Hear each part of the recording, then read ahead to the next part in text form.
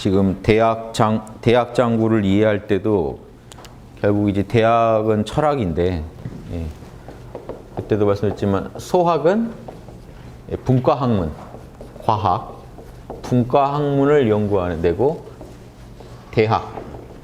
태학이죠. 태학은 예, 철학을 연구하는 데다.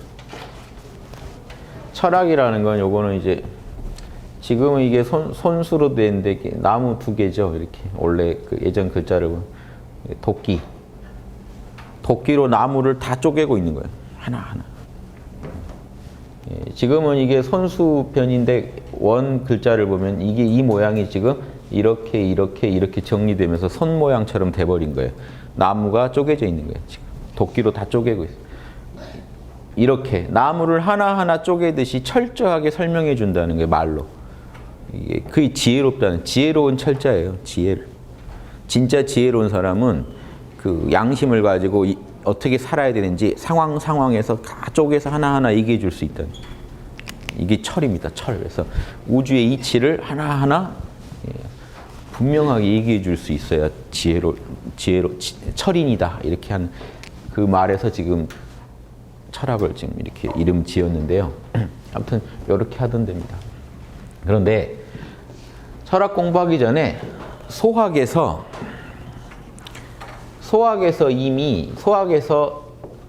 가르치는 것도 경이고요. 이 경을 바탕으로 우리가 철학을 공부합니다. 이 경이 마음 챙김이죠. 요즘 불교에서 마음 챙김법 들어와서 유행하잖아요. 그런데 조선 선비들이 마음 챙김의 달인이에요. 진짜 달인은 조선 선비들. 조선 선비들은요, 가정을 경영하면서도 마음 챙기고, 정치를 하면서도 마음 챙기고, 일 없을 때 혼자 있을 때도 마음 챙기고, 이런데 달인들이거든요. 그 훈련 받은 사람들이에요. 그래서 이 제대로 공부하신 선비들은요, 마음 챙김의 제일 달인들이에요. 그 전 세계 어디 내놔도 제일 달인이에요. 그래서 유학자들 중에 고단자들이 많아요. 영성에 아주 고수들이 많아요. 그러니까 세상 속에서 단련된 사람들이거든요. 온갖 풍파 속에서 단련된 사람들. 조금 더 어디를 안 떠나고 그 자리에서 그대로 도를 어떤 역경이 와도 양심으로만 대응하는데 아주 깨어있는 분들. 그 경이라는 게 어떤 경이겠어요. 그래서 이 소학을 통해서 여러분이 보세요. 왜 그러냐면 과학 공부할 때도 여러분 마음 안 챙기고 공부할 수 있나요? 없어요. 그러니까 몸가짐 배울 때부터 어려서 기본 예절 배울 때부터 그리고 손발 어떻게 할지 어디 서 있을지 안색 어떻게 하고 있을지 이거를 유교에서 가르쳐요. 구용구사라고 이 사자소학에도 나옵니다. 아홉 가지 모습, 9가지 생각 이게요. 요거는 이제 마음 챙김 쪽이고 이쪽은 이제 지혜 개발 쪽이에요. 굳이 나누자면. 사실은 마음만이 아니라 몸도 챙기는 건데 마음 챙김을 여기서 배우게 돼 있어요. 구용에 보면요. 예, 단정히 서 있어라. 손도 단정해야 된다. 발도 이렇게 단정해야 된다. 몸가짐을 송체적으로 위에서부터 아래까지 체크하게 시켜요. 어려서부터. 이 9가지 모습을 항상 숨소리도 거칠면 안 돼요. 안색도 이렇게 온화해야 되고. 그래서 이거를 계속 시키니까 그러면서 마음이 챙겨져요. 경을 배워요. 일할 때는 그 일만. 항상 마음을 둘로 셋으로 쪼개지 마라. 이게 유교 가르침.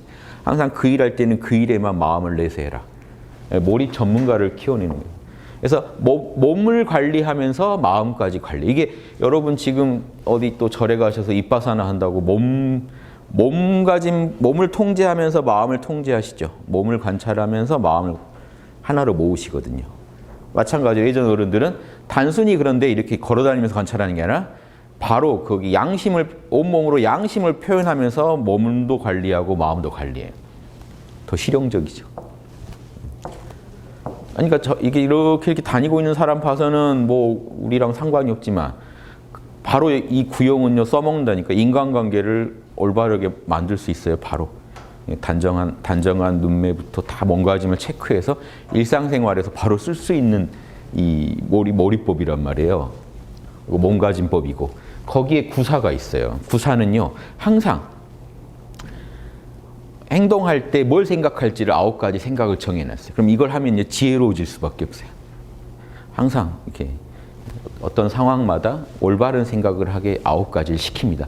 이게 별게 아닌데 구용구사를 배우면서 아이들은요 딱 자기 생각도 자명하게 관리하고 항상 몸과 마음을요 이렇게 컨트롤하는 연습을 해요. 이러면서 경이 배워져요. 경을 배우게 돼요. 그 소학의 기초를 통해 대학에 오면 여러분 이 경이 기초가 돼서 대학에서 여러분이 이제 경물치지를 할 수 있게 되는 거예요. 그러니까 대학을 들어가면 대뜸 이게 나오잖아요. 경물치지 하는 법이 대학에 대뜸 나오는 게 뭐가 나오죠?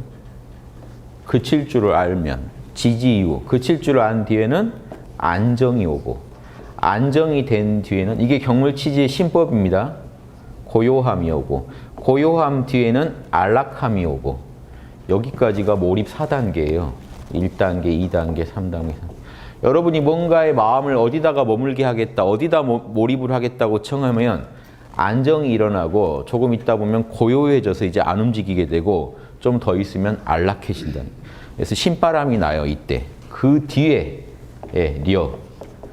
리어는요, 이게 사라고 안 한 게요. 사는 지금 이게 뇌고 심장이에요. 뇌와 심장이 같이 뭔가를 연구하는 걸 말하고 리어는요, 이게 호랑이가 있습니다.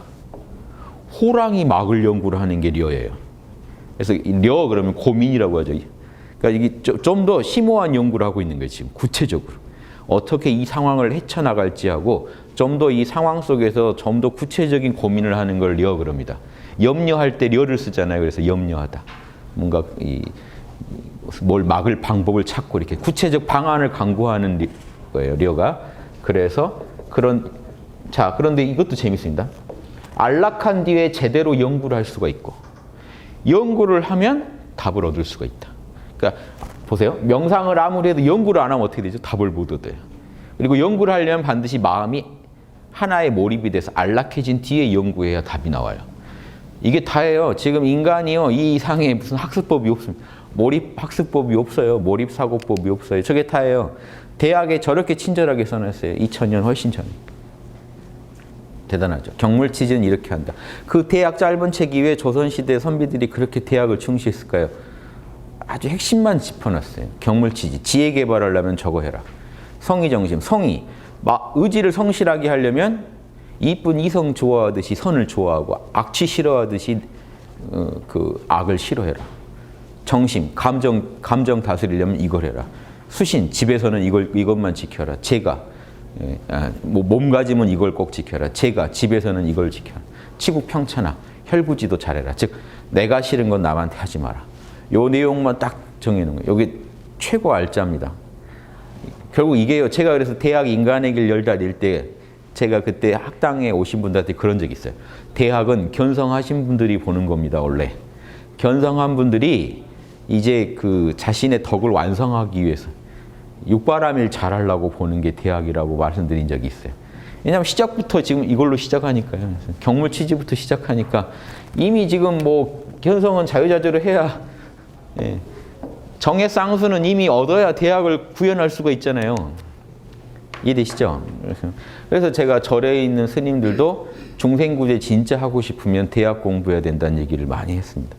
이 철학 공부해야 되는 거죠. 그래서 아주 철학적으로 제대로 연구를 해서 결국 지금 제가 대승보살의 길을 밝히다 그 강의하는 거 들어보셨죠? 거기서 뭐라고 해요? 무조건 몰입 4단계에 도달한 다음에 사마타는 몰입 4단계까지 이빠사나는 사물의 형이사학적인 근본 원리와 형이하학적인 보편 법칙을 탐구하면 되죠. 이게 사물의 본과 말이죠. 사물의 본말을 연구하고 그러면서 내가 이 연구할 때 보세요. 이게 대학에 그 나중에 나와요. 나중에 설명 다시 드릴 거예요. 주자가 이 말이에요. 사물의 본과 말이 있고 내 마음에는요. 근본을 아는 직관력이 있고요. 보편 법칙을 아는 이 추리 능력이 있습니다. 이성, 뭐 요즘은 이성이라고도 하는데 직관과 이성 이렇게 되는데 직관과 추리 능력이 있어요. 내 마음에 이게 본체와 작용입니다. 내 마음의 본체와 작용을 다 발휘한다는 건요. 직관은 직관대로 하고 하나하나 따져서 분석할 건 다 분석하고요. 사물의 본말이 다 드러나고 나의 그 본말이 다 드러나는 마음과 물건이 만나서요. 서로가 서로의 본말을 다 드러내는 이게 경물치지의 극치라고 주자가 써놔요. 주자의 글 나중에 제가 읽어드릴게요. 뒤에 오늘은 제가 안 드렸는지 모르겠는데 그 내용도 합니다. 내 마음의 본체와 작용이 다 하게 되고 사물의 본말이 다 남김없이 드러날 때 그때가 경물치지의 극치예요. 그러니까 우리는 어떻게 하면 돼요? 끝없이 명상을 통해 사마타, 불교로 말하면 사마타 수련, 몰입 4단계에 들어가서 항상 사물의 본말에 대해서 연구해 나가는 거예요. 근본, 사물의 가장 본질, 그리고 그 본질에서 나타나는 현상을 설명하는 원리들. 이 보편법칙은요, 현상을 설명하는 원리들이에요. 현상을 설명하는 거. 물이 아래로 흐르고 불이 치솟고 뭐 저런 원인이면 저런 결과가 온다. 인과법칙들이요. 근데 그 인과법칙을 누가 원래 인과법칙이 있으니까 그 일이 일어나는 거 아니에요. 그 인과법칙이 원래 어떻게 존재하게 됐는가. 요거를 계속 연구합니다. 그래서 대학에 오면은 철학 수업을 저렇게 받습니다. 사물의 본말을 연구하는 과정에서 내 마음도 온전히 다 그 기능을 다 하게 돼요. 지적 기능을 다 하게 돼요. 지금 이게 지적 기능이죠. 직관과 추리라는 지적 기능을 다 발현하게 됩니다. 이게 경물치지의 핵심이에요. 이게요, 여러분, 나를 너무 그런 에고의 마음으로 보지 마시고 냉정하게 제3자의 눈으로 봐보세요. 인간 마음이 이런 짓을 하게 만들어져 있다는 거예요. 인간 마음은 이 기능을 발현할 때 제대로 쓰이고 있는 거고, 사물도 그 온전히 자기 실체를 그 마음에 드러낸다는 거예요. 경물치지라는 건 사물을 연구해서 지혜를 얻는다는 거죠. 그래서 보세요. 주자가 왜 이렇게 설명했냐면요. 이게 격물이라는 거예요. 사물을 다 연구했다는 건 본질과 말단을 다 파악했다는 거고, 이게 치지라는 거예요. 지혜를 이루었다는 거는요, 직관지와 이 분별지를 다 이루었다는 이해되시죠? 경물 치지 안에 이런 뜻이 있습니다. 즉 경물은 대상이에요. 나의 지혜의 대상이 되는 물건이 실체를 다 드러내는 걸 경물이고, 치지는 거기로부터 내가 지혜를 얻었다는 거예요. 지혜를 얻었다. 절대계적인 지혜와 현상계적인 지혜를 다 얻었다. 이해되시죠? 그래서 이렇게 자기 지혜를 얻었다. 그래서 이렇게 지금 서학과 대학을 구분합니다. 그런데 이제 그러면 그 전에 보편법칙 연구는 이미 과학 때 했겠죠. 보편법칙에 대한 연구는. 이해되시죠? 개별 사물의 보편법칙은 과학의 연구 대상이고, 철학에서 연구하는 보편법칙은 뭐였죠? 윤리적 보편법칙. 뭐냐면 근본 원리가 인의예지라는 걸 알고 나니까, 인의예지라는 양심의 근본 원리를 아니까 양심에 따라 내가 살려면 현상계에서 어떻게 살아야겠구나, 이런 보편법칙, 이런 경우에는 실천법칙이라고 볼 수 있겠죠. 어떻게 실천해야 되는지가 나와요. 이거는 과학자들은 모르는 거죠. 인의예지를 알아야 알 수 있는 보편법칙이 있어요. 그래서 철학자들은요, 근본 원리만 연구하는 게 아니고 근본 원리 탐구와 보편법칙 탐구를 같이 합니다. 처음에 더 열심히 연구하는 건 보편법칙이에요. 철학자들도. 그러니까 공자님이 지금 막 꿰지고 있죠. 공자님이 이거를 하학이라고 하는 거예요. 아래에서 배워서 나는 상달, 천명에 도달했다. 근본 원리를 처음부터 알긴 알지만 근본 원리를 남김없이 팔려면요, 내가 현상계에서 할 수 있는 짓을 다 해봐야 되거든요. 현상계에서 할 수 있는 인의예지에 대한 인의예지의 우주로부터 오는 명령을요, 다 현상계에서 구현하고 나니까 아버지 뜻이 선명해져요. 그때가 지천명입니다.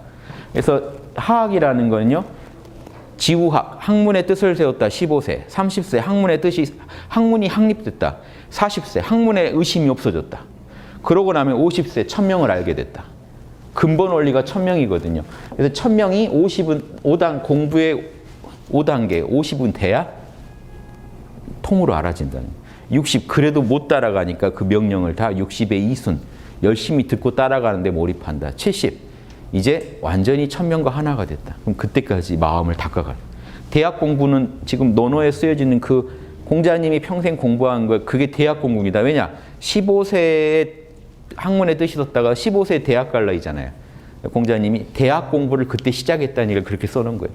15세에 나는 대학 공부를 시작했다. 실제로 꼭 태학에 가신 게 아니라 태학에서 가르치던 공부를 나는 그때 진짜로 뜻을 세우고 시작했다는 거예요. 15세에는 이 철학 공부를 시작했다는 거예요. 확실하게 뜻을 세우고. 그리고 30에는 학문이 다 정립됐다는 거예요. 양심을 밝히는 학문이 정립이 다 됐고, 40은 부록은 30에서 40까지 한 10년간 실제 삶에 나아가서 실험해 본 결과 의혹이 하나도 없어졌다. 즉 모든 일의 양심 분석이 다 가능해졌다는 거예요. 모든 일을 양심으로 판단할 수 있는 실력이 생겼다. 그러고 나니까 즉 보편 법칙을 다 내가 알겠더라는 거예요. 현실에 나가서 어떻게 실천해야 될지 내가 다 알아냈다. 그 시대에서 실험을 해보신 거죠. 그래서 어떻게 살면 되는지 인간관계의 모든 경우를 다 겪어보면서 법칙이 섰다 하니까 그 다음에 내면에서 천명이 그대로 들리는 거예요. 순수하게. 이제야 아버지의 명령이 그대로 들린 거예요. 아, 이러라는 거였구나. 그때 가야 알아요. 그래서 근본 원리를 알고 보편 법칙을 닦지만 결국 보편 법칙이 닦여야 다시 근본 원리를 온전히 이해합니다. 그래서 저건 함께 닦여가는 거예요. 보세요. 이게 따로 가는 게 아니고 하학이라고 해서 근본 원리를 모른다는 건 아니잖아요. 즉 근본 원리 안 만큼 하학을 닦고 하학을 닦은 만큼 근본 원리가 드러나요. 함께 가다가 처음에는 보편 법칙 개발에 더 줄을 두다가 나중에 근본 원리가 나를 끌고 가게 된다. 모든 공부는 다 똑같습니다. 내가 노력하다가 에고가 나중에는 진리가 나를 끌고 가면서 끝나요. 그래서 모든 공부는 유불선 막론하고 그렇게 돼 있다. 이게 이제 대학 선비되는 공부입니다. 그래서 여기까지 이해되시죠? 그래서 그런데 그 모든 기초는 경이에요. 마음 챙김. 마음을 챙기지 않으면 지정정한 몰입에 들어갈 수가 없어요. 몰입을 못하면 연구를 못해서 우리는 직관지를 쓸 수가 없어요. 과학자들이 쓰는 추리지밖에 못 써요. 직관지를 못 씁니다. 이걸 이제 분별지라고 하는데 분별지, 불교에서는 분별지, 무분별지 그러죠. 직관지, 분별지 이렇게 불러도 이해하시기 편할 거예요. 근데 이 직관을 과학자들도 직관이 있어야 됩니다. 과학자들도 영감을 그렇게 목말라 해요. 그래서 과학자들도 직관이 필요하고 철학자도 분별이 필요해요.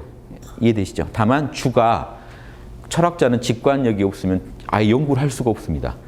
형이상의 세계이기 때문에 직관력이 없으면 연구가 힘들어요. 과학적 연구밖에 안 돼요. 그래서 이 과학자라고 해서 직관을 안 쓰는 게 아니니까 과학대도 경 공부를 당연히 하는 거죠. 그래서 몰입 공부는 과학이건 철학이건 다 하는 거고, 근데 특히 철학의 세계에서는 몰입이 안 돼 있으면, 명상이 안 돼 있으면 철학적 탐구는 못 한다. 이거는 뭐 불교랑 다 공통입니다. 그래서 너무 보편적이라는 거예요. 불교랑 공통이라는 얘기는요, 유교랑 불교가 한 목소리로 얘기하는 거는요, 그거는 보편적이라는 얘기 아닙니까? 웬만하면 진리라는 얘기죠. 그래서 그런 측면에서 우리가 참고하시면 좋겠어요. 그래서 그런 공부를 요즘같이 딱 어디 가서 혼자 자기 몸 관찰해보는 시간도 좋지만 예전에는 구용구사라고 사자소학에서 이미 다 가르치고 구용 9가지 몸가짐 하는 거.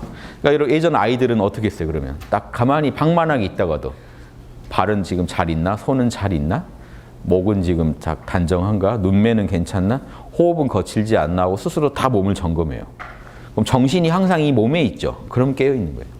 정신이 밖으로 막 산만하게 있는 게 아니라 걷어들여서 딱 몸에 몰입을 하면서 깨어나요.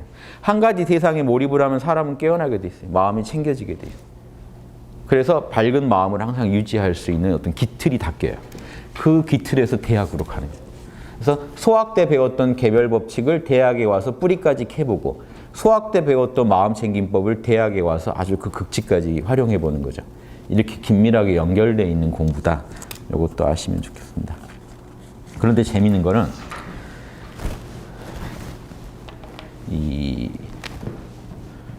티벳에선 족첸, 마하무드라, 유교 선비들의 마음챙김법이 세계적이라는 얘기를 드리려는 거예요. 불교의 선불교. 이 경지에서 최고로 치는 이 확철대오의 자리가 결국 뭡니까? 이 마하무드라의 원칙이에요. 명상도 하지 마라. 명상을 하려면 주객이 나뉜다는 거예요. 어떤 대상에 몰입을 해야 되니까 주객이 나뉘죠. 그러니까 명상 자체를 아예 하지 말라는 게 아니라 명상을 하고 안 하고 떠나서 참나를 늘 만날 수 있어야 된다. 즉 명상을 하지 않아도 이미 참나가 드러나 있어야 된다는 거예요. 그렇죠? 명상을 하면 더 드러날 수는 있겠지만 명상을 하고 안 하고 떠나서 즉 명상을 안 해도 참나가 드러나 있고 그렇죠? 이런 상태. 그러니까 이런 상태를 얻는 거를 최고로 칩니다. 그런데 유교 선비들은요.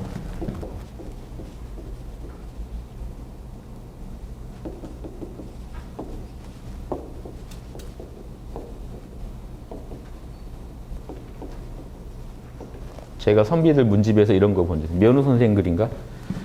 착의, 비착의, 뜻을 붙이지도 뜻을 붙이지 않지도, 즉 의지를 내지도 의지를 내지 않지도 않는 그 사이에 늘 마음이 한결같은 게 경이다고 그래요. 뭔지 아시겠죠? 그러니까 명상을 하지도 안 하지도 않는 사람. 자연스럽게 명상이 되고 있는 사람. 이게 선비들 경공부의 극치입니다. 정신이 늘 한결같이 성성한 상태예요. 근데 그 성성이 노력해서 성성한 게 아니라 뜻을 안 냈는데도, 마음을 성성해야지 하고 마음을 안 냈는데도 성성한 상태. 그러니까 이 얘기는 또 이 설명을 할 때 맹자의 이 설명을 갖다 씁니다. 원래 이 설명은요, 양심 배양할 때 그 쓰라고 나온 얘기인데 선비들은 이걸 경공부에다 갖다 썼어요. 즉 잊어버리지도 조장하지도 않는 상태. 참나를 잊어버리지도 않은, 또 참나를 억지로 잡으려고도 안 하는 상태.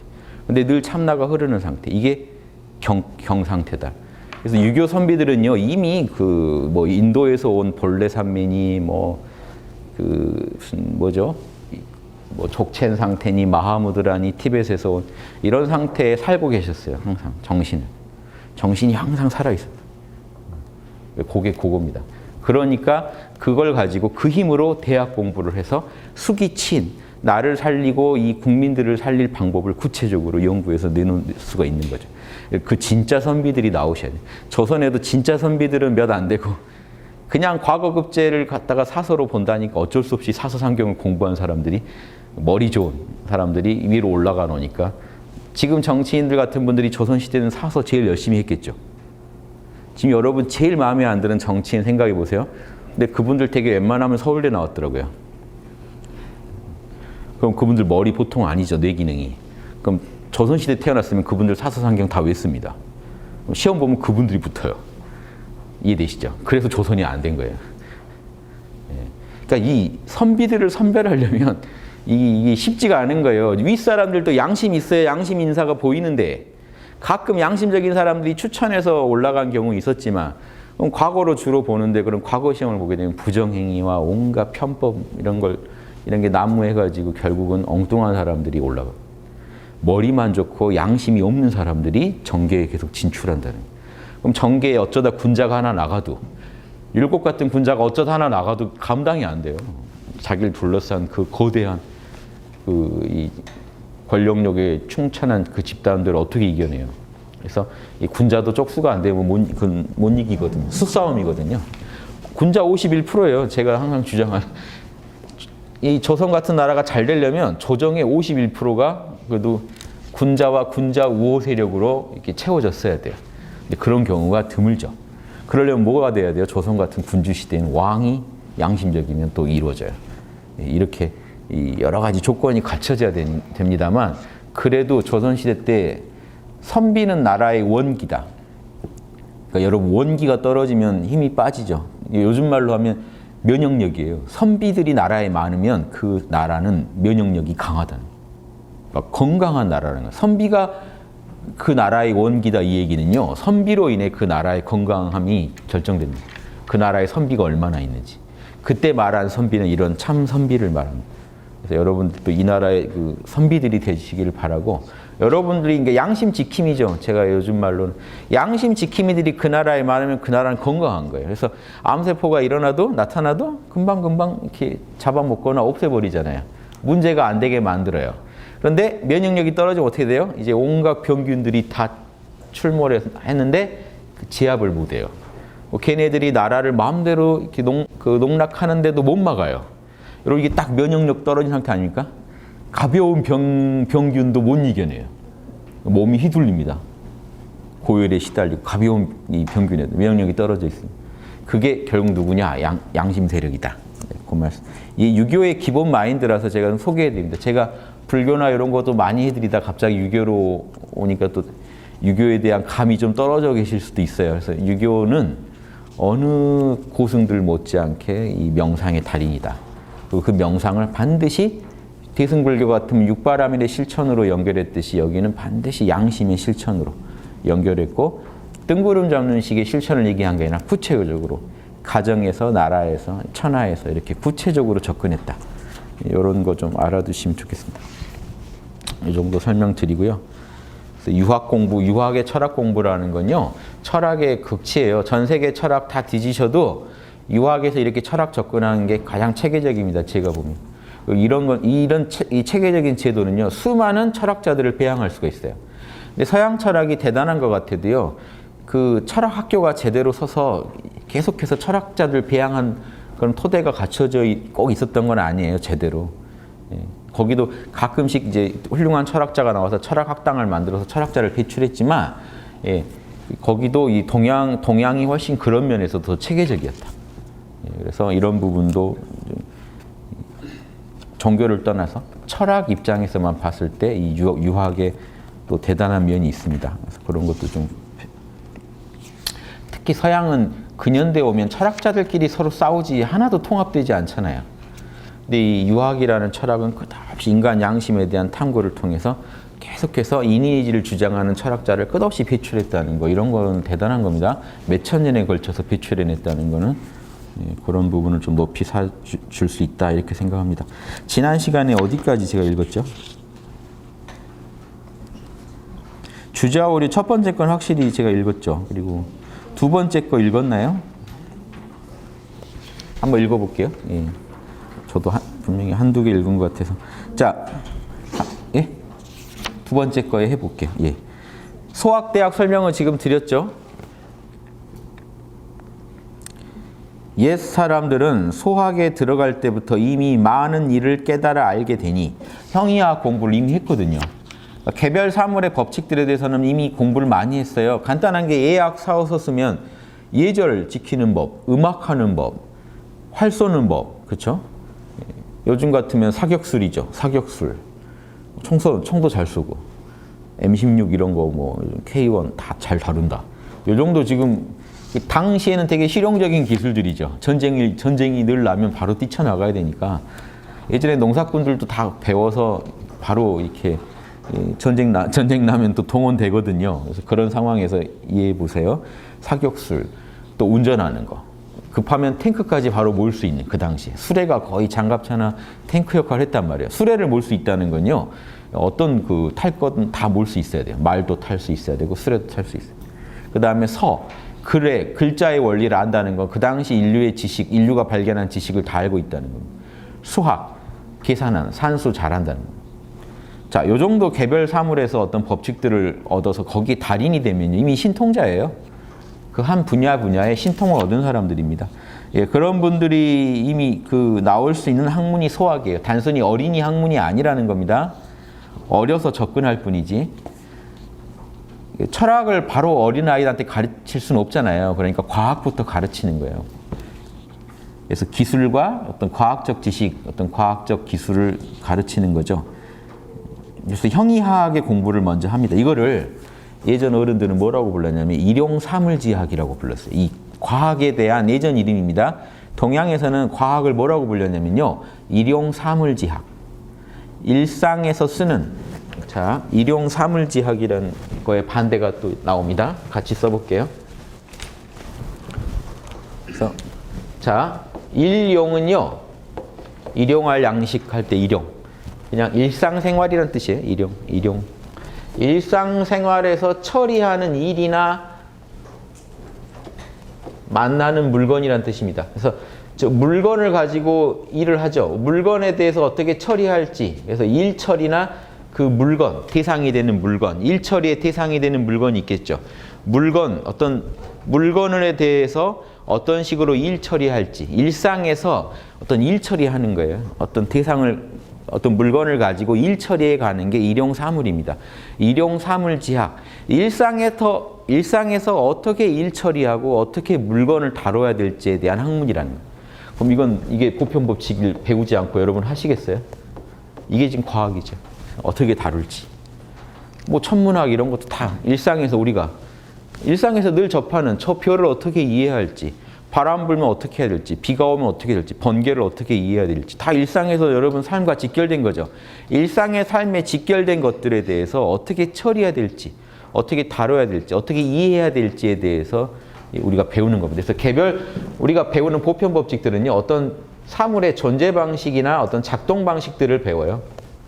어떤 식으로 이 사물이 존재하고 어떻게 굴러가는지 이런 걸 배워야 올바르게 처리할 수가 있잖아요.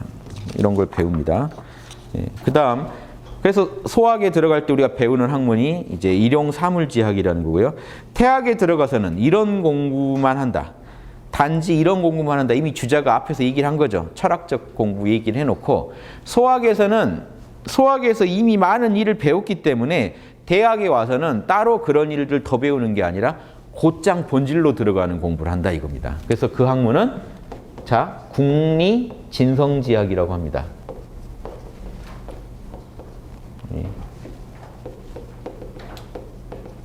국리진성. 자, 이게 주역에서 나온 말이죠. 주역에서. 국리진성 다음에 원래는 지명이 있어요. 지명. 이것도 들어가 보면 오묘한 얘기입니다. 국리. 사물의 원리를 연구하여 나의 본성을 남김없이 다 발현하고 그 다음에 천명에 이른다. 이게 원래 하느님으로부터 왔다는 걸 안다는 거예요. 하느님한테 받은 명령이 본성이죠. 그 본성대로 살아가는 게 원리라는 거예요. 그러면 어떻게 돼요? 이게 이제 보편법칙에 해당된다고 보세요. 양심의 보편법칙을 연구를 하다 보면 내 안에 이니지의 양심의 근본 원리가 있어서 내가 이렇게 살아야 된다는 걸 알게 되고 내가 왜 어떻게 살 거냐 어떤 게 자명하고 어떻게 찜찜하냐를 따라가다 보면 어떻게 될까요? 매 순간 이건 자명, 이건 찜찜 이걸 하나하나 철학적으로 분석하다 보면 사람은 이렇게 살아야 돼가 나와요. 근데 왜 그렇게 살아야 돼요? 결국 내 안에 이니지가 그걸 시키고 있더라는 걸 알게 돼요. 이니지가 시키는 대로 살려면 이런 결을 따라야 돼요. 그래서 근원은 이니지의 원리 때문에 내가 그렇게 살더라. 근데 이니지의 근본 원리는 어디서 온 거예요? 하느님으로부터. 이렇게 파들어가는 거예요. 국리진성 지어명 이게 주역에 나온 말입니다. 그래서 국리진성지학이라고 하는 거예요. 이제 그 안에 지명이 들어있는 거죠. 이러시죠. 국리진성지학. 사물의 원리. 사물의 원리를 연구해가지고 근데 단순히 사물의 원리가 아니라 사물을 어떻게 처리해야 될지 어떤 게 제일 양심적으로 자명한 건지를 연구하다 보면 내 양심의 실체를 알게 돼요.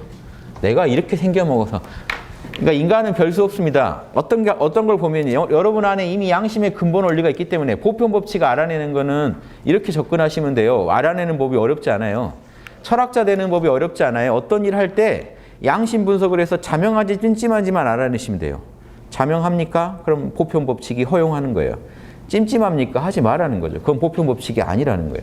자명 찜찜을 따라가다 보면 나중에 뭘 알게 될까요? 근본 원리. 양심은 이니에지에 맞는 건 자명하다고 하고 아닌 건 찜찜하다고 하는구나 하는 걸 알게 돼요. 그래서 내 삶에 되게 자명한 윤리적인 양심적인 결을 연구하다 보면 근원을 만나게 돼요. 애초에 내가 생겨먹기를 이니에지로 생겨먹었으니까 늘 그게 찜찜했고 그게 자명했구나가 알게 돼요. 그러면 나중에 뭘 알게 된다고요? 이게 어디서 왔냐? 이게 하느님 마음이다. 우주가 이렇구나. 그래서 국리진성 지어명이 우리 공부하는 전부입니다. 저 국리를요. 사물에 있을 때는 원리, 내 마음 안에 있을 때는 본성 그러기 때문에 사물에 나아가서 보편법칙과 근본 원리를 다 연구해보고 내 마음 안에 와서 나의 근본 원리를 연구해본다. 이렇게 풀 수도 있어요. 근데 지금 제가 이제 결을 좀 따라서 설명하다 보면 이런 설명도 가능합니다. 일단 사물에 나아가서 보편적으로 내가 어떻게 살아야 되는지를 윤리적, 그러니까 개별적인 원리들은 과학의 내용이고 철학에서 저 원리를 연구한다는 거는 양심에 타당하게 행동하는 법칙을 배운다는 거죠. 내 양심에 타당한 어떤 결을 연구하는 게 지금 저 국리의 핵심이죠. 양심에 옳다고 하냐 찜찜하다고 하냐를 하나하나 연구하다 보면 양심이 어떻게 생겼는지를 알게 되고 더 나아가서 이게 하느님이 이렇게 생겼구나까지 알 수 있다는 거예요. 그냥 이게 다예요. 공부의 철학의 다죠. 그래서 국리진성지학이라고 합니다. 그래서 대학에서는 국리진성지학을 공부해야 된다. 그래서 인간의 양심이 어떻게 생겼고 그게 하느님의 명령이라는 게 선명하지 않으면 철학자가 아니에요. 지금 이 시대에도 철학자가 많죠. 서양의 철학자라는 분들 많죠. 전 세계에 영향을 주는 철학자들 지금 많죠. 제가 볼 땐 철학자로 안 보여요. 그분들은 과학자로 보여요. 저분들은 그냥 과학자예요. 인간의 욕망에 대한 전문가, 인간의 심리에 대한 전문가. 사회현상 연구하듯이 인간의 마음에 현상을 연구하는 거예요. 자본주의 시대 사람들이 왜 힘들어하는가를 연구해서 어떤 철학적 견해를 얘기해 줍니다. 근데 그건 제가 봤을 때는 이런 지금 이 대학에서 동양에서 말하는 과학 철학 구분으로 접근하면 그건 일용사물지학이에요. 국리진성지학이 아니에요. 국리진성지학은 우주의 근본 원리상 인간이 어떻게 살아야 되는지를 연구하는 학문이에요.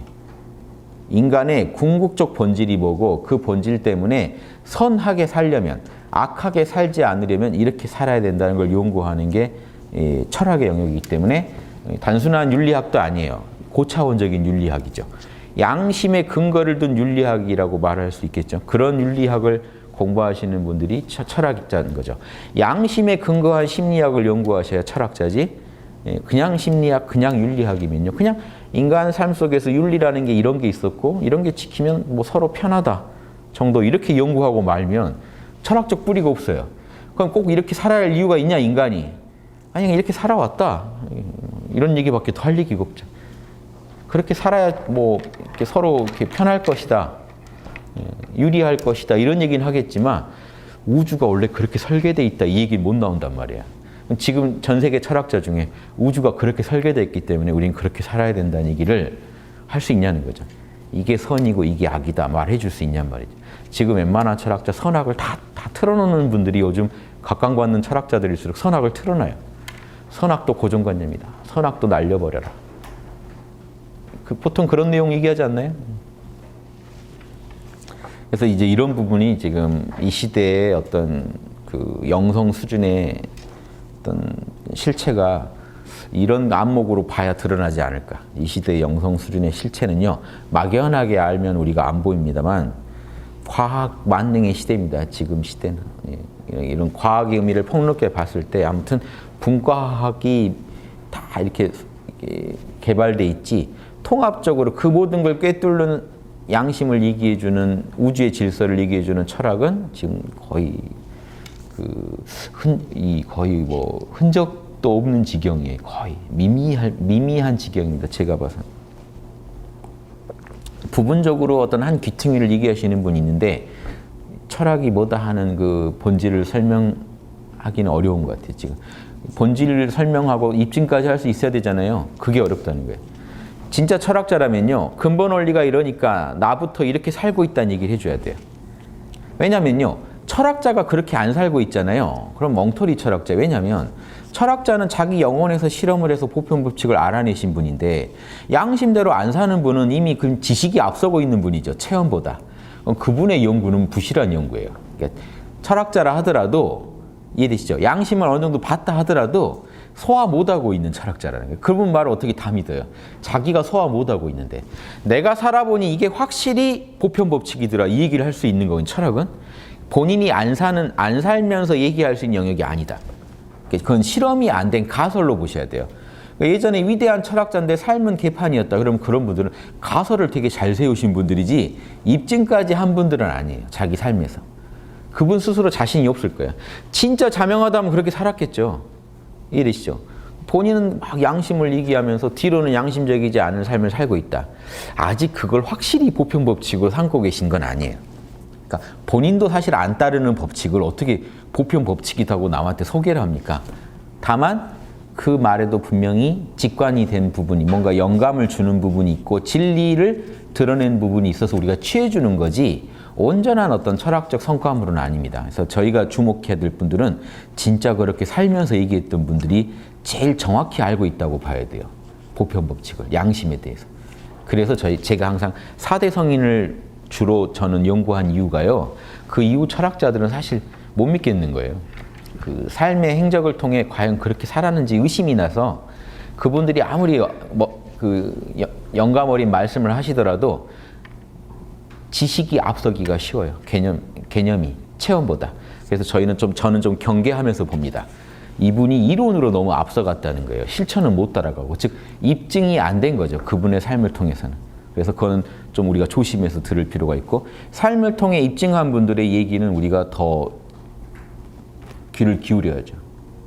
이해되시죠? 그 삶을 통해 실험이 된 거니까. 그래서 대학 공부라는 건 단순히 철학 공부가 무슨 지식을 얻는 곳이 아니고 대학이요. 왜 대학은요, 나라 경영하는 인재들 데려다가 철학을 가르치고 있을까요? 그게 나라 경영하는 근본 원리이기 때문이에요. 양심을 투철이 깨친 사람이라야 나라 경영을 실제로 잘할 수 있기 때문에, 즉 그걸 그 온몸으로 구현낼 수 있으니까. 그래서 이 동양의 태학이라는 곳은 단순히 서양의 철학 아카데미처럼 단순하게 철학적 지식을 이론하는 장이 아니고 몸으로 보여주는 장이에요. 경영할 수 있는지 보여줘야 돼요. 국가 경영 못하면 꽝이에요. 아무리 뭐 큰 소리 쳐도. 선비가 국가 경영 못하면 꽝이죠. 나라에 도움 안 되는 선비면 꽝이죠. 공부 잘못한 거죠. 이해되시죠? 이게 달라요. 국리진성을 했다면, 자, 어떻게 사는 게 옳은지에 대한 로고스를 실제로 엄청나게 탐구했다면, 그리고 그래서 자신의 본성을 남김없이 드러냈다면, 보편 법칙을 끝까지 파서 자신의 이니에이지의 본성을 남김없이 구현했다면 그렇게 살고 있어야 되잖아요. 못 살면 철학자 대접 덜 받는 거죠. 그래서 우리나라에서 인정받기는 어렵습니다. 우리나라 분들이 하지는 않는데 안목은 되게 높아요. 저런 안목은. 그래서 조선시대 때도 안목은 높아서 남은 그렇게 잘 까요. 남이 뭐 하나만 실수해도 다 조목조목 이니에이지 근거에 깝니다. 자기는 안 하도. 이게 엉터리 선비들이 출몰하는 거죠. 그래서 자기가 구현 못하는 걸 가지고 남한테 하는 건 아니에요. 대학에 써 있어요. 내가 하지 못한 선으로 남을 비판하면 안 되고, 내가 버리지 못한 악으로 남을 비판하면 하지 마라. 대학에 써 있습니다. 그렇게 하면 사람이 안 따라온다. 리더가 될 수 없다. 남을 리드하려면, 남을 지도하려면 내가 먼저 그 결점을 버린 뒤에 남들한테 버리라고 해야 되고, 내가 먼저 그 장점을 취한 뒤에, 선을 닦은 뒤에 남한테 하라고 해야 되고, 내가 그 악을 버린 뒤에 남한테 하지 말라고 해야 돼요. 선명하죠? 제가 예전에 그 구절 번역할 때 떠오르는 사람이 하나 있었어요. 간디. 간디, 제가 볼 땐 성자는 아니고 그냥 고집 세신 분인데, 그분 하신 것 중에 기특한 게 하나 있었어요. 제가 볼 때도 기특한 게. 그분 아주 고집쟁이입니다. 그래서 기특한 게, 그냥 그분은 또 이렇게 도인으로는 저는 안 봅니다만, 기특한 부분이, 그래도 양심에 솔직하신 부분이 있어서, 어떤 사람이 와서 담배를 못 끊고 있다고 좀 따끔하게 지적해달라고 했는데, 갔다가 한 달인가 나중에 오라 그래요. 나중에 가니까 그때 훈계를 해줘요. 왜 그때 얘기 안 해주고 지금 얘기 안 해? 그때 나도 그거 하고 있었다. 그러니까 나부터 끊고 얘기하는 거예요. 그러면은 대단하죠. 그러니까 나한테 그게 있는데, 제가 지금 만약에 술을 못 끊고 있는데 누가 와서 제가 술을 못 끊겠어요. 따끔한 말 좀 해주세요. 한 달 뒤에 봅시다. 한 달간 술을 끊고 그 다음에 내가 얘기를 해야 되는 거예요. 이해되시죠? 그런 유사한 얘기, 제가 정확한지 모르겠는데 간디 얘기로 예전에 들은 게 있었어요. 그러니까 이런 태도 좋다, 이런 거. 이해되시죠? 이런 게 삶의 기본입니다. 그냥 기본 공식들. 그래서 이런 거 기본 공식을 온몸으로 닦는 데가 대학이에요. 그래서 대학을 한 10년 정도 배우고 나오면요, 실제로 바로 현장에, 공무원으로서 현장에 투입이 되는 거예요. 공무원 교육 과정이죠, 사실은. 아주 이제 지금 고급 관료가 될 사람들을 키워내는 공무원 학교긴 하지만, 그래서 결국 지금 우리나라도요, 공무원 교육에 집중해야 됩니다. 공무원들이 양심적이어야 이 나라가 살만해집니다. 사기업은 다음 문제잖아요. 공기업, 뭐 아무튼 공사, 공무원, 뭐 교직, 아무튼 공적인 업무를 다루는 분들은요, 양심 관리 엄청 하셔야 돼요. 그러니까 옛날에 이 공무원들 그냥 길러낸 게 아니라 다 양심, 시험도 사서삼경으로 보고, 지금 이런 태학에서 또 사서삼경을 통해서 이런 인재를 키워내고, 다 그 목표가 뭡니까? 양심 전문가들을 공적인 업무에 투입하고 싶으세요. 그게 제일 관건입니다. 그 나라의 공적인 업무에 얼마나 양심 전문가들이 투입되어 있는가, 저는 그 나라 수준일 것 같아요. 그래서 지금 소학대학 얘기가 이렇게 중요한 겁니다. 그래서 대학에 들어가서는 단지 이런 공부만 한다. 철학 공부를 한다는 거예요. 지금 사람들은 일찍이 이를 깨닫지 못한다. 옛 사람들은 오직 마음에서 이해하였으나 결국 내 양심의 문제로 본 거예요. 보세요. 천하 만물의 원리도요, 원리의 근원을 항상 내 본성에서 찾았어요, 답을. 왜 천지 만물이, 왜 낮밤이 저렇게 돌아가냐? 오행 때문이다. 내 마음 안에 오행이 인의지로 선명하다. 그래서 결국 내 마음 안의 원리, 인의지의 원리가 우주에서 저렇게 구현되고 있구나. 천지만물에 일용사물의 개별 원리마저도 포함해서 다 내 본성의 작용으로 봤어요. 다 오행, 음양오행으로 똑같으니까 이해되시죠? 이게 동양 철학의 탁월한 점입니다. 서양에서 저렇게까지 설명을 못했어요. 내 마음의 원리가 우주의 만물의 원리고, 그러니까 개별 사물을 내가 대해서 처리할 때도 인의지에 맞게 처리하는 게 더 옳은 방법이다라고 생각한 거예요. 옳은 삶이다. 그 방법을 찾아야 된다. 그래서 철학자들은 그 방법을 찾은 거예요. 음양오행으로 굴러가는 만물을 내가 음양오행에 맞게 대접하려면 내가 양심을 따르는 보편법칙을 알아야 된다. 보편법칙을 알고 나면은 결국 뭘 알게 된다? 근본 원리를 정확히 알게 된다. 내 안에 원래 어떻게 프로그램이 되어 있는지, 우주가 본성을 깔아놨는지를 알게 된다. 그러면 하늘까지 알게 된다. 우주도 결국 인의의지밖에 없구나. 하느님도 인의의지로 생겼구나까지 알게 된다는 거예요. 이게 이 선비들의 공부법이에요. 그러니까 지금 국리진성 공부를 제대로 한 사람은 어때요? 오직 마음에서 이해하였다. 내 마음에서 이해했다는 건 양심의 근본 원리를 투철히 이해해서 천지만물을 대할 때 양심의 명령에 따라서 만물을 대하려고 노력했다는 거예요.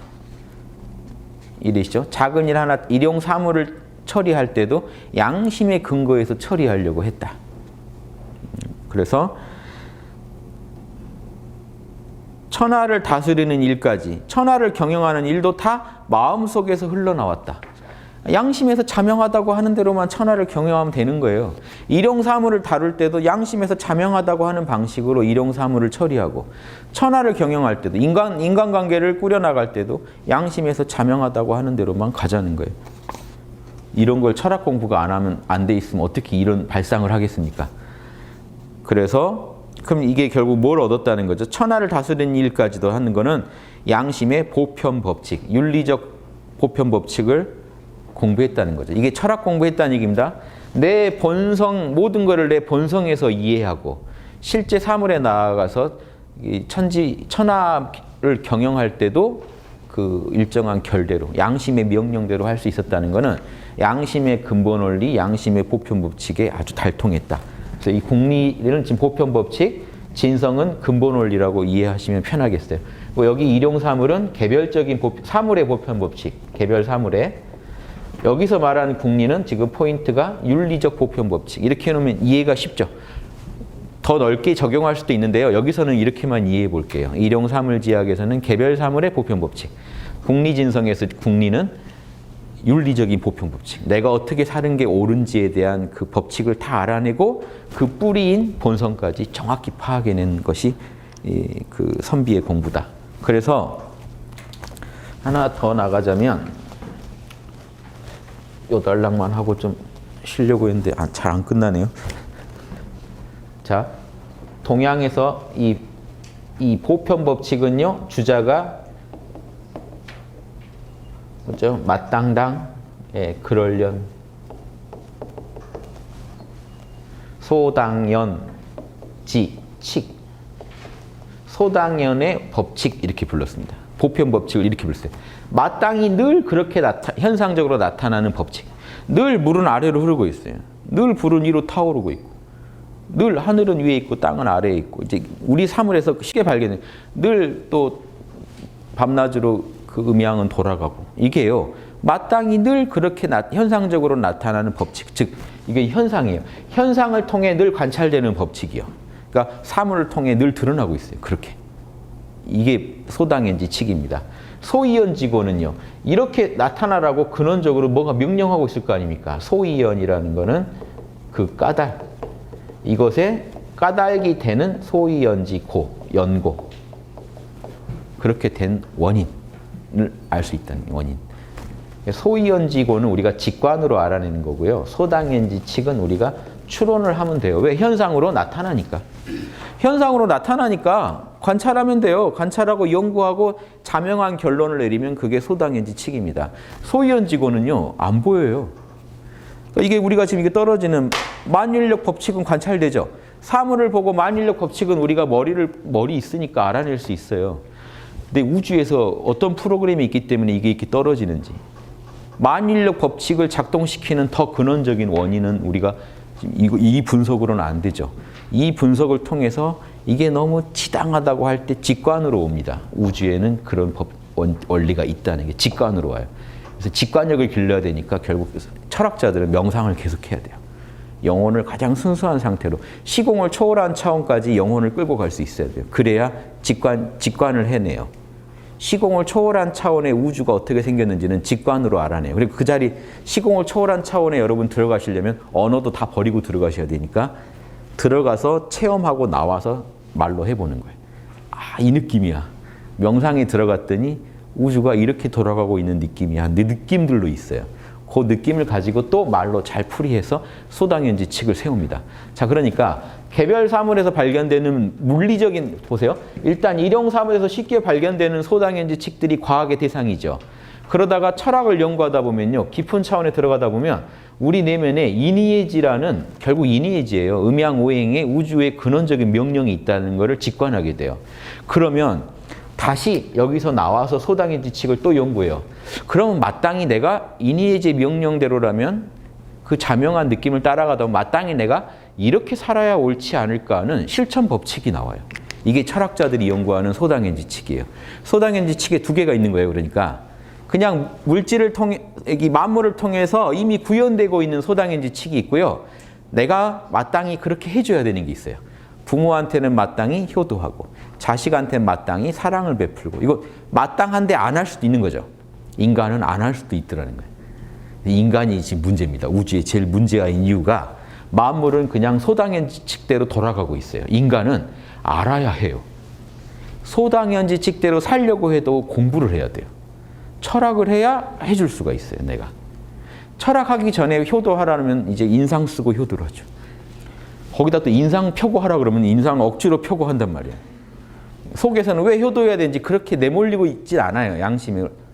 근데 철학 공부하고 나니까 확 남에 대한 사랑, 정의, 애절, 지혜가 활성화되니까 부모님을 보면 애틋해져 버려서 안 해줄 수 없어서 해주게 돼요.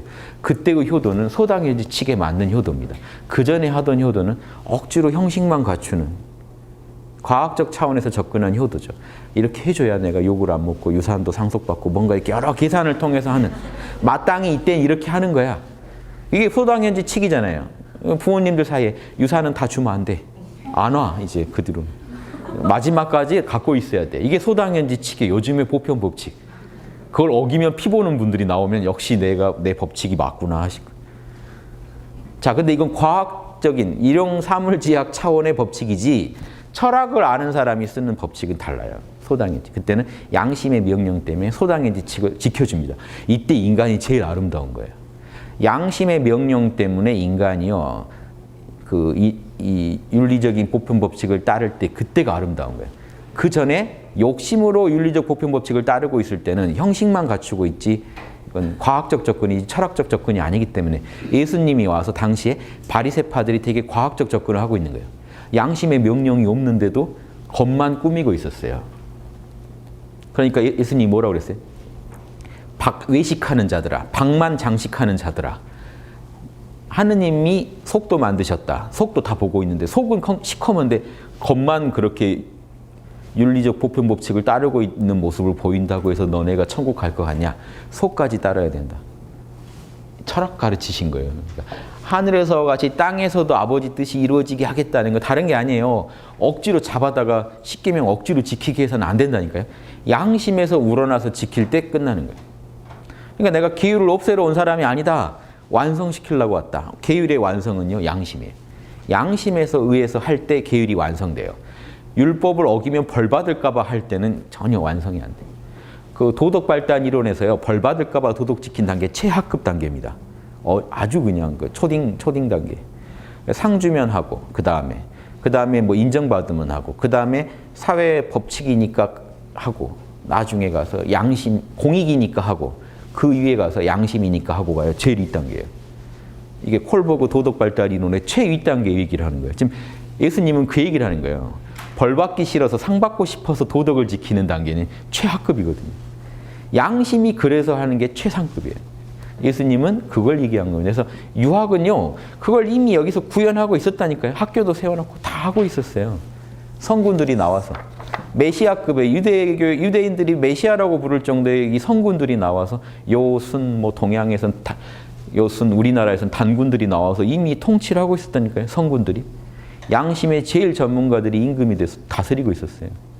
그런 그 역사적 그게 있기 때문에 지금 우리가 또 양심에 대해서 이렇게 우리가 지금 뭐라도 떠들고 있는 겁니다. 더 이렇게 뭔가 필요성을 느끼고 하는 겁니다. 그래서 이 땅에서 뭔가 양심적인 가르침이 나온다고 하는 건 과거에 그런 좋은 인과가 있었기 때문입니다.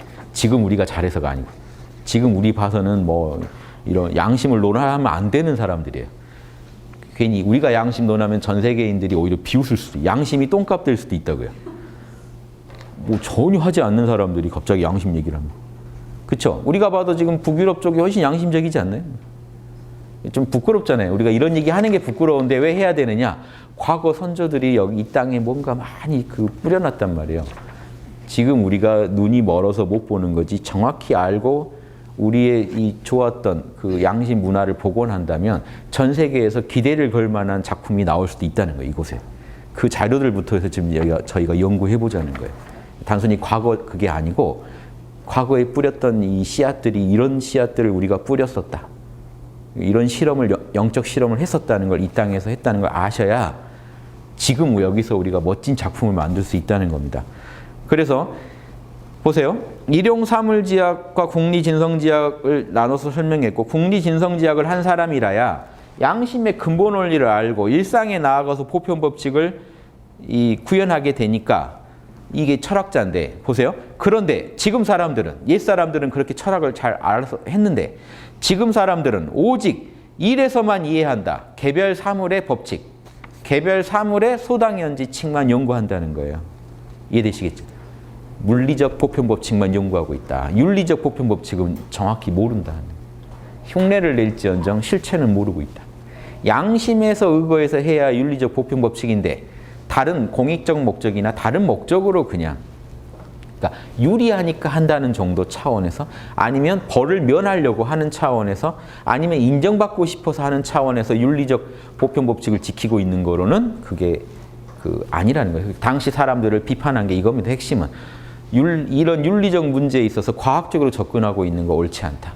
천하를 경영하는 문제도 단순히 정치학 배워서 권력의 어떤 그 결을 잘 연구한 사람이 정치에 나서면 안 된다는 거예요. 정치학 했다고 정치하는 게 아니고 양심 정치학을 연구한 사람, 철학적 정치학을 연구한 사람이 나가서 정치를 해야 된다는 게 옛날 선비들 입장인 거예요. 그러니까 정치학을 배우지 말자는 게 아니라 정치학을 배우는데 뿌리에서 나오는 정치학을 배우는 사람. 그러니까 양심으로 경영하는 법을 연구한 사람이 나가지 않으면 권력을 가지고 자유자재로 부릴지는 몰라도 양심적으로 통치하지는 않을 거 아니에요. 그럼 정치의 본질이 양심적으로 통치한다고 해서 바를 정자를 넣어서 정치인데 바를 정자가 창피해지는 거죠.